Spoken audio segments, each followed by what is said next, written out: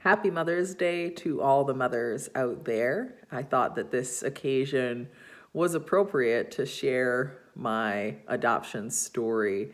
And some clients and friends, and obviously my family, know the story, but there's a lot of people that don't know the story. And so it's kind of neat to finally feel ready to share it in a public way. So I just want to say thank you for allowing me the platform to do so. And it's definitely something that is very special to me. In 2004, at the age of 20, I moved to Ottawa. And 2 weeks before I was planning to move, I got pregnant. And it was definitely a surprise to me. And I didn't tell anyone. I only told my best friend Jessica, and I spent the summer ignoring the fact that this had happened. So when the time came around that this little human started moving inside of me, I thought I have a decision to make about her future. And so I Googled adoption, and I got on these forums, and there was all these people looking for children. And oh my gosh, you want to give everyone your baby at that point because they all seem so sweet and loving. And they're all good people just waiting for a baby. And I got overwhelmed, and I called an agency, and they said no. They said these people can't be contacting you. There's procedures and policies around all of this. And I was scared because I was doing this by myself. Like I said, the only person that knew at the time was my best friend, so it was nerve-wracking.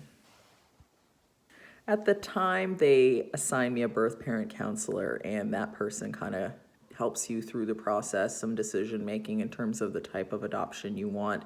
And she had advised me that it was time to indeed tell my folks. So I had support from all three in the last few months of my pregnancy, which I, to this day, am very appreciative of. I am the type of person, I'm proud. I wanted to take the responsibility myself during the process of the pregnancy, but at some point you do need to ask people for help. So I finally did, and I finally went to my parents with this information, and they were quite supportive. So I met with the adoption agency, and they introduced me to all the options that exist. And there's three types. There's a closed adoption, a semi-open, and an open. Closed means no contact whatsoever between the birth parent and the adoptive family. And then semi-open means pictures, cards, letters, and maybe a visit. And then open is an adoption where you get pictures, cards, information about the child, as well as visitation, and maybe visitation for the family, depending on the comfort level of the adoptive family.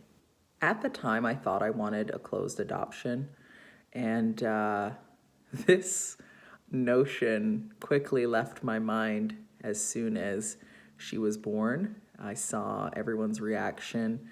So I had flown home to Winnipeg 1 month before she was born, just after I finished exams the first week of December. And when she was born, everybody was smitten with her. So I thought, I can't possibly do a closed adoption out of province. So I thought, I've got to find a family in Manitoba.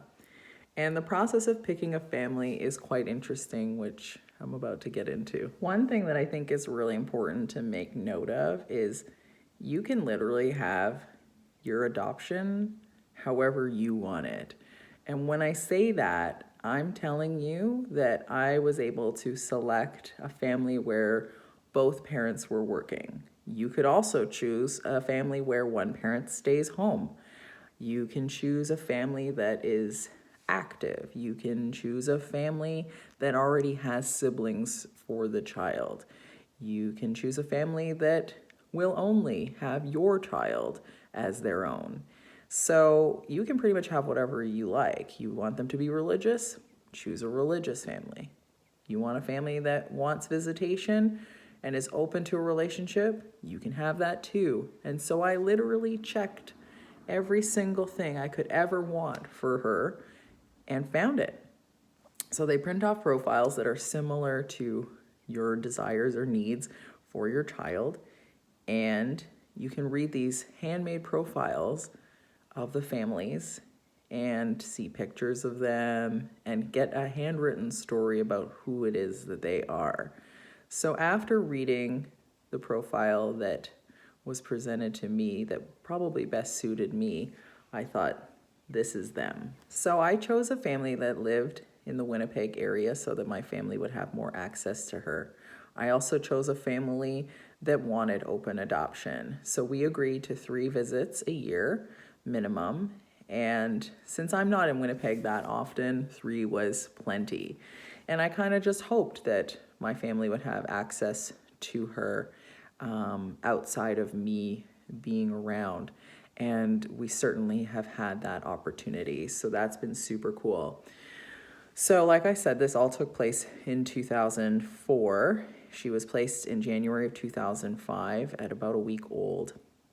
And I have no regrets about the decision because being a biological parent wasn't something I've ever wanted. The idea of being a stepmom to me has always been something that I wanted, but to parent my own child wasn't a desire I had. Open adoption isn't for everyone. I can see why it would be challenging for some people to have that much contact and not want to parent themselves. So my daughter is now 13 years old and she's super cool. I do have the opportunity to FaceTime with her and spend time with her when I am home. And so it's really a beautiful thing to see open adoption be as successful as it is.